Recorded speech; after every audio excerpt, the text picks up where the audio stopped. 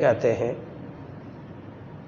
اسی طرح محسن نیکی کرنے والا، احسان کرنے والا، اور ایک لفظ ہوتا ہے متقی۔ متقی کا مطلب نیکی کرنا نہیں، گناہ سے بچنا ہے۔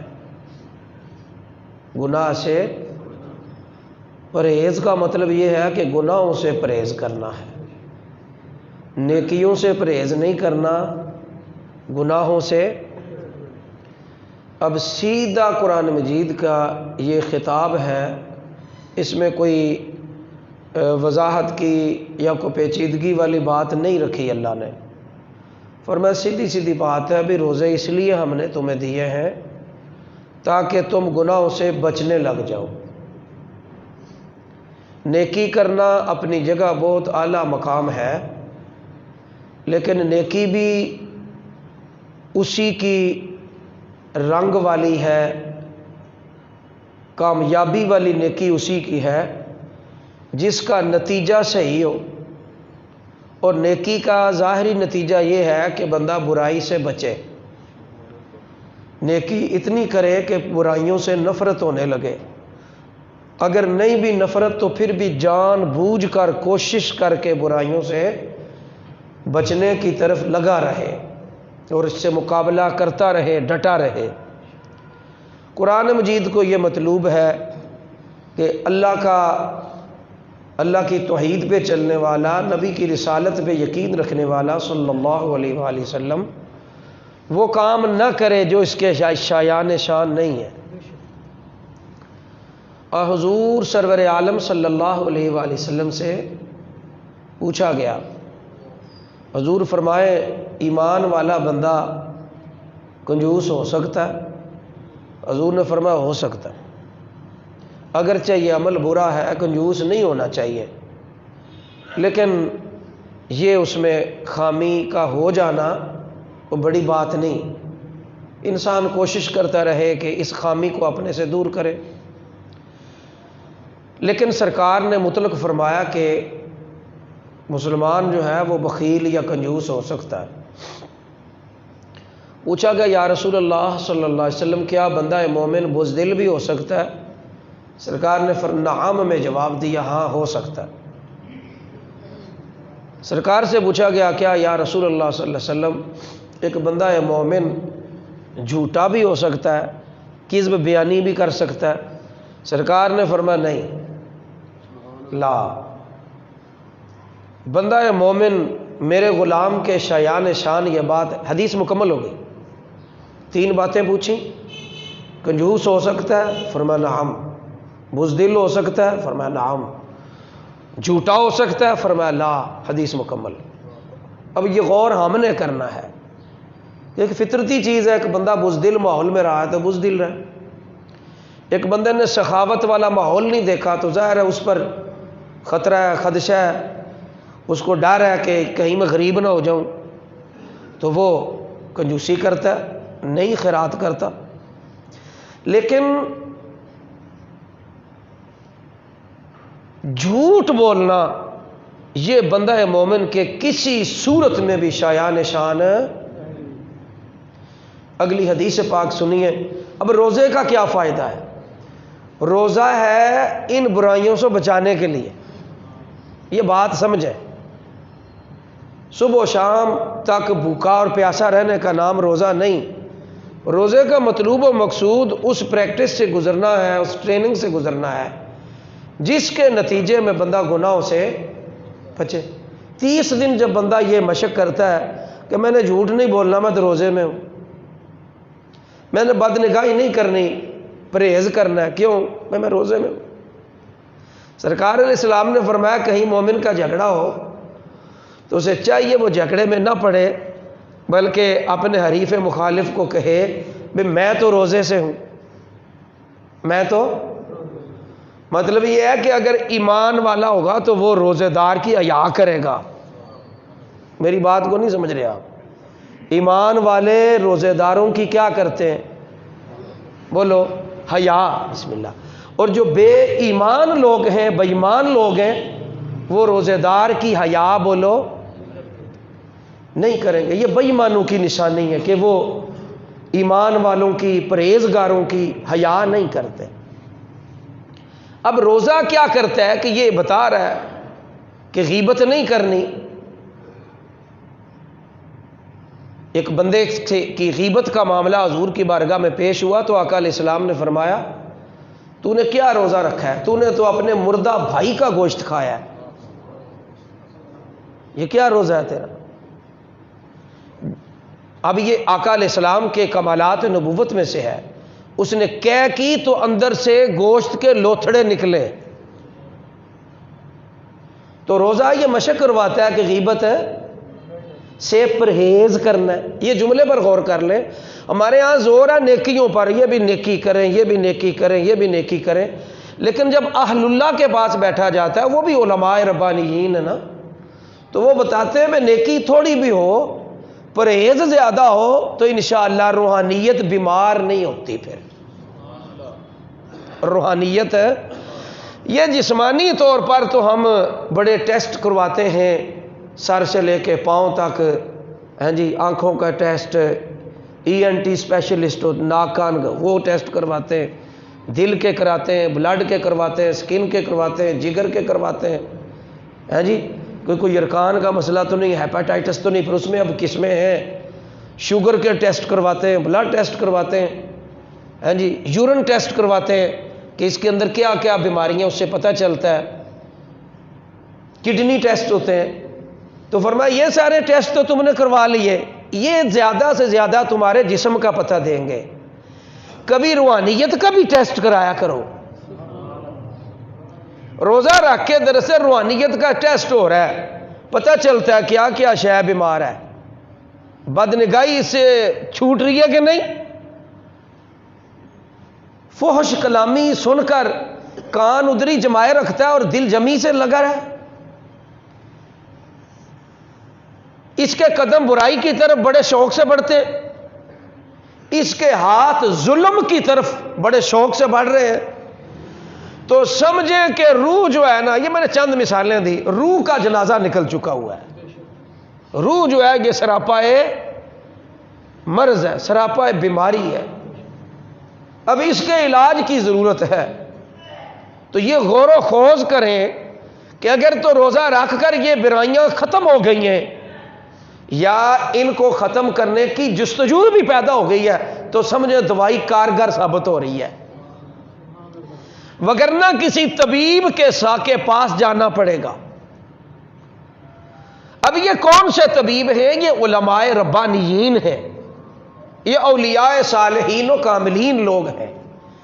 ان کی صحبت میں بیٹھنے سے جب علم بھی دل پہ اثر نہ کرے تو متقین لفظ کو سنیں، متقین جو لوگ ہیں، صالحین تو اب سب ہیں ماشاءاللہ، نماز پڑھ رہے ہیں، اچھا کام ہے، روزہ بھی رکھا ہے، ماشاءاللہ اچھا کام ہے، تلاوت بھی کرتے ہوں گے قرآن کریم کی، اچھا کام، الحمدللہ، یہ سارے کام ہیں صالحین اور مصلحین، لیکن کسی کا دل نہ دکھانا یہ متقین ہے، کسی بھوکے کو کھانا کھلا دینا اور کنجوسی کے مزاج کے الٹ کرنا یہ متقین لوگوں کا کام ہے۔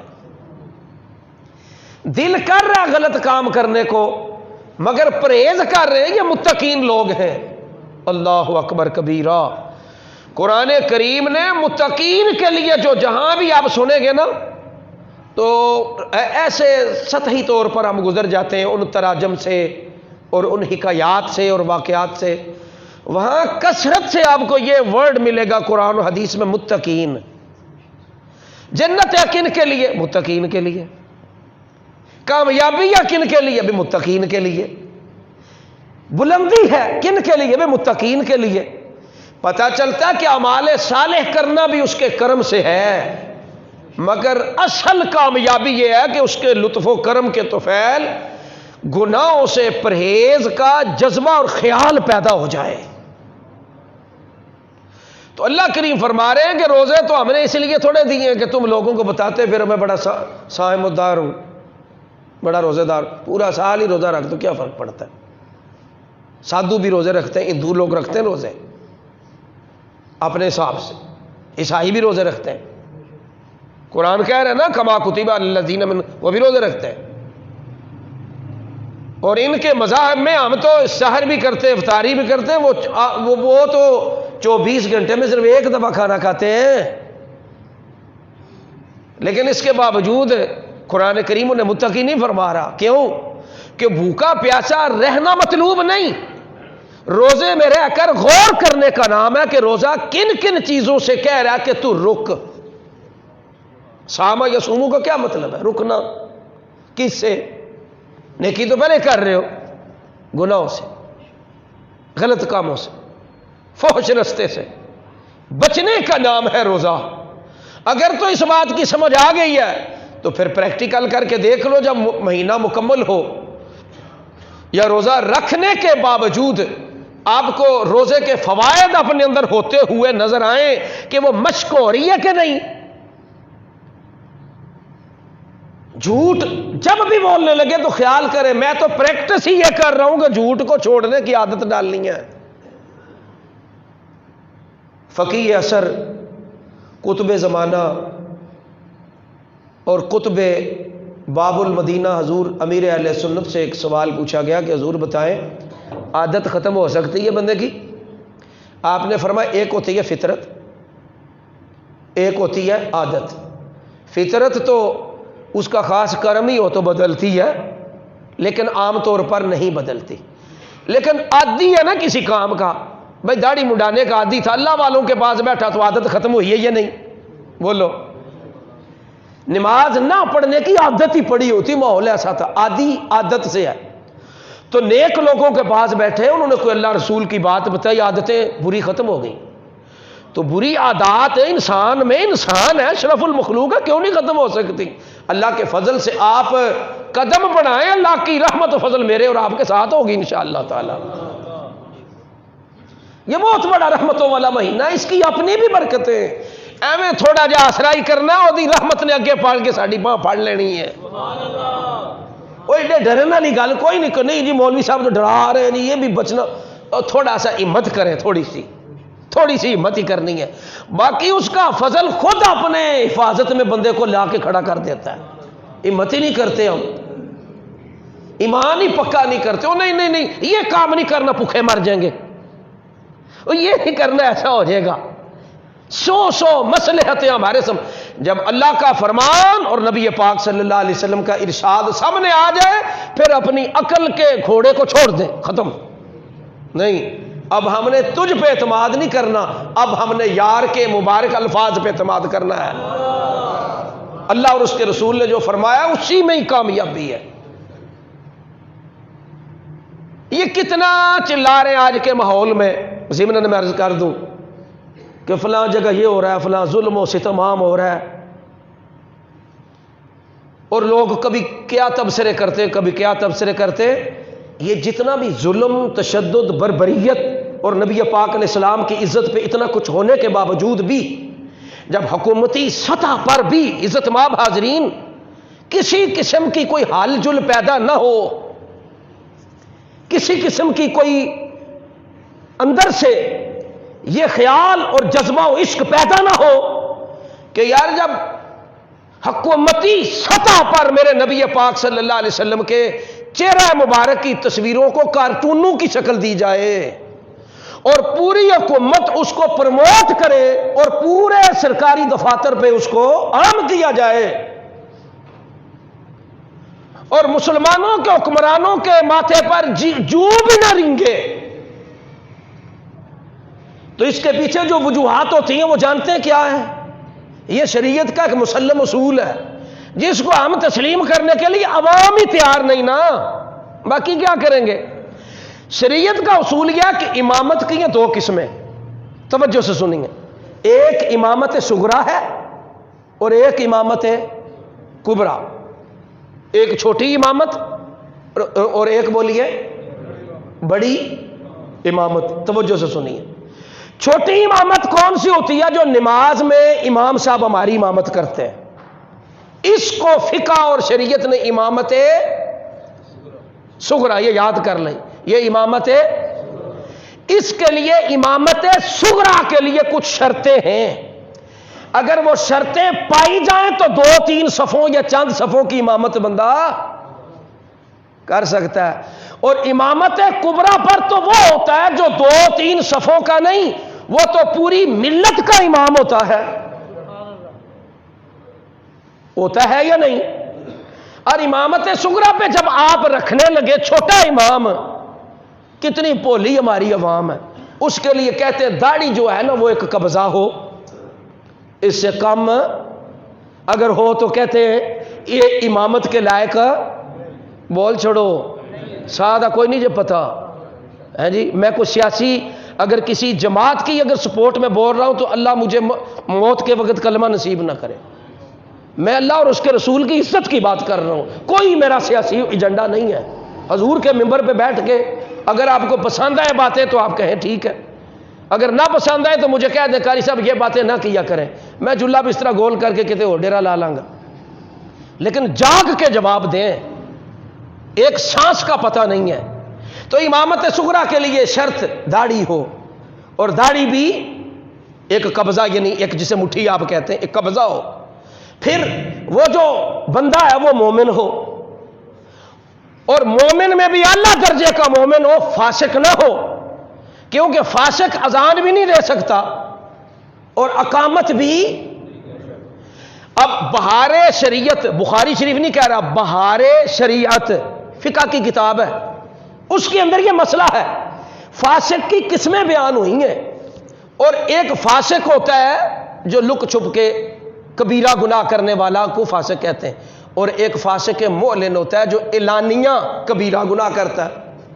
بڑی معذرت کے ساتھ میں مسئلہ بیان کر رہا ہوں، جو بندہ بالکل داڑھی منڈاتا ہے نا اسے شریعت فاسق معلن کہتی ہے. فاسق، اور فاسق معلن اگر اذان دے غیر فاسق کی موجودگی میں، یعنی وہاں کو داڑھی والا تھا اس کی موجودگی میں، مجبوری میں جائز ہے. مجبوری نہیں تھی، اس نے اذان دی تو اس کی اذان کا اعادہ کیا جائے. یعنی یہ رب کی طرف بلا رہا ہے تو اس کی اذان بلاوا پروردگار پر بھی اعتماد نہیں کر سکتے نا. اقامت پڑے تو اقامت کا بھی بول چھوڑو اعادہ کیا جائے گا، لوٹائی جائے گی. جس کی اذان بھی نہیں، جو اقامت بھی نہیں پڑھ سکتا، مجھے بتائیں کیا شریعت اس کو امامت کے مسئلے کی اجازت دے سکتی ہے؟ بولو سارے، نہیں نہ دے سکتی. اب یہ فاسق جو بندہ داڑھی منڈانے والا تو اذان بھی نہیں دے سکتا، امامت صغریٰ کیسے کرے گا؟ وہ بھی نہیں کر سکتا. تو جو بندہ سارا کچھ چٹ چٹائی کر کے کسی امامت کبریٰ کی سیٹ پہ بیٹھے اور میں اور آپ سب مل کر اس کی مدد کریں اس کام میں اور اس کے معاون و مددگار ہو جائیں، تو مجھے بتائیں کہ صرف وہ اکیلا امامت کبریٰ والا مجرم ہے یا ہم بھی مجرم ہیں؟ بولے سارے. قرآن تو یہ کہتا ہے وَتَعَاوَنُوا عَلَى الْبِرِّ وَالتَّقْوَىٰ، تعاون تمہارا ہونا چاہیے نیکی کے کاموں میں. وَلَا تَعَاوَنُوا عَلَى الْإِثْمِ وَالْعُدْوَانِ، برائی کے کاموں میں تمہاری مدد نہیں ہونی چاہیے. ایک بندہ ہے جس کو صحیح طریقے سے ختم نبوت خاتم النبیین کا لفظ بھی نہ آتا ہو، وہ قرآن کا ترجمہ کیسا کرے گا؟ جسے اس بک کی ریڈنگ ہی نہ کرنی آتی ہو، ٹرانسلیشن کیسے کرے گا وہ بندہ؟ یہ ایک فرد کی بات نہیں میں کر رہا، میں اجتماعی بات کر رہا ہوں. ہمارے ملک کا یہ بھی ایک جگہ لوگ تماشا اڑاتے ہیں کہ وہ دنیا کا آج نہیں پرانی بات ہے، دنیا کا وہ کون سا ملک ہے کہ جس کے وزیر تعلیم کو نام لکھنا نہیں آتا اپنا، وہ انگوٹھا لگاتا ہے. تو انہوں نے کہا اس ملک کا نام پاکستان ہے. کیا بولو؟ پاکستان ہے. جب آپ نے امامت صغریٰ کو ہی سمجھ لیا نا کہ یہ شرطیں ہیں، مومن بھی ہو اور اعلیٰ درجے کا مومن ہو، فاسق مومن نہ ہو، اور پھر پرہیزگار ہو، رب سے ڈرنے والا ہو، فاسق مومن نہ ہو، سرعام عورتوں اور مردوں کے ننگے ناچ میں بیٹھنے والا نہ ہو، عشق مصطفیٰ والوں کی سنگت میں بیٹھنے والا ہو. اور مجھے بتاؤ یزید کی کو چھوٹی سی نسبت تھی. یزید کا باپ، بولو صحابی، یزید کا باپ کوئی چھوٹی جی نسبت ہے، سنی شیعہ دے پیچھے رہ گئے سارے۔ یزید خود حافظ قرآن اور صحابی کا بیٹا، اور جو ایمان کی حالت میں صحابہ سے ملے اسے کیا کہتے ہو؟ کیا ہوتا ہے؟ میرا مجمع پڑھا لکھا، میرا دل خوش ہوا تھوڑا جملہ سن کے، اس طرح سارے بول کے میری حوصلہ افزائی بھی کرایا کرو۔ جو ایمان کی حالت میں صحابی سے ملے وہ کون ہوتا؟ بولو، تابعی۔ اور تابعی کا مرتبہ پتہ کیا میرے نبی نے فرمایا؟ حضور علیہ السلام نے فرمایا وہ بندہ جنتی ہے۔ فرمایا لن تمس النار، اس بندے کو آگ چھوئے گی بھی نہیں۔ کس کو؟ فرمایا مر رآنی، بخاری کی حدیث ہے، جس نے مجھے دیکھا، او رآ مر رآنی، پھر میرے دیکھنے والے کو جس نے دیکھا وہ بھی جنتی ہے۔ خود تابعی، باپ صحابی، دادا صحابی، باپ کی بہن یعنی پھپھو نبی پاک کی بیوی حضرت ام حبیبہ۔ اب یہ حضور کی جو بیوی ہے یہ یزید کی سگی پھپھی ہیں، ام المومنین تو ہے، یزید کی رشتے میں کیا ہے بولیے؟ سگی پھپھی۔ اور حضور کی ان زوجہ کا یزید کیا لگا؟ پھپھی دا کی لگا؟ بھتیجا۔ اور حضور کا بھی اس رشتے میں بیوی کی طرف سے کیا لگا؟ بھتیجا۔ اتنے بڑے رشتے ہونے کے باوجود ایک کربلا وچ علی اکبر نو کوہان دی لوڑ کی سی؟ نہیں سمجھ آئی بات کی؟ علی اصغر کو ذبح کروانے کی ضرورت کیا پڑ گئی تھی؟ اس کے خلاف کیوں اٹھے تھے امام حسین رضی اللہ تعالیٰ؟ ان کو پتہ ہے بے شک حافظ ہے، بے شک صحابی کا بیٹا ہے، کچھ بھی ہے، ایک کوئی بڑی گل نہیں، جے نوح علیہ السلام دا بیٹا گمراہ ہو سکتا ہے تو صحابی دا بیٹا کیوں نہیں گمراہ ہو سکتا؟ وہ تابعی کا تو مقام تب ہے کہ تابعی رہے۔ اس طرح تو حضور علیہ السلام پر ایمان لانے کا دعویٰ رئیس المنافقین عبداللہ ابن ابی بھی کرتا تھا، تو کیا فرق پڑا؟ واصل جہنم ہو گیا، وہ منافق تھا، حضور کے سامنے آ کے کچھ کہتا، پیچھے کچھ کہتا، اور نبی علیہ السلام کی مخالفت میں مرتے دم تک ڈٹا رہا۔ اسے قرآن مجید کی نص ہے اس کے بارے میں کہ حضور علیہ السلام نے اس کے لیے دعا مانگی، جنازہ پڑھایا، اللہ نے فرمایا میرے حبیب اگر صرف ہوتا نا میرا دشمن، دیکھو میں غفور الرحیم معاف کاری چھڑ دو،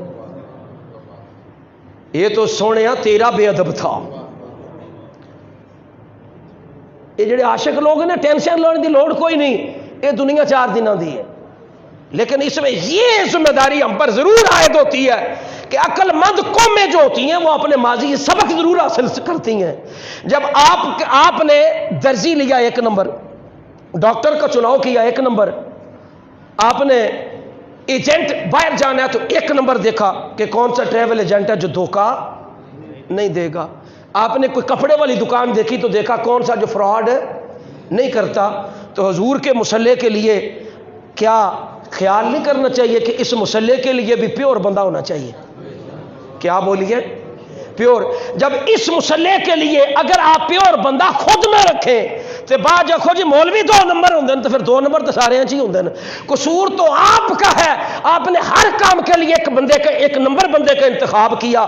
حضور کے مصلی کی جب بات آئی تو آپ نے کوئی ٹینشن ہی نہیں لی، جہاں دل آیا کہ کھلو گیا۔ اور پھر جب امامت صغرا کی آپ نے اگر پرواہ کی تو آپ ناکام نہیں ہوں گے، اگر پرواہ نہیں کی تو برباد ہو جائیں گے۔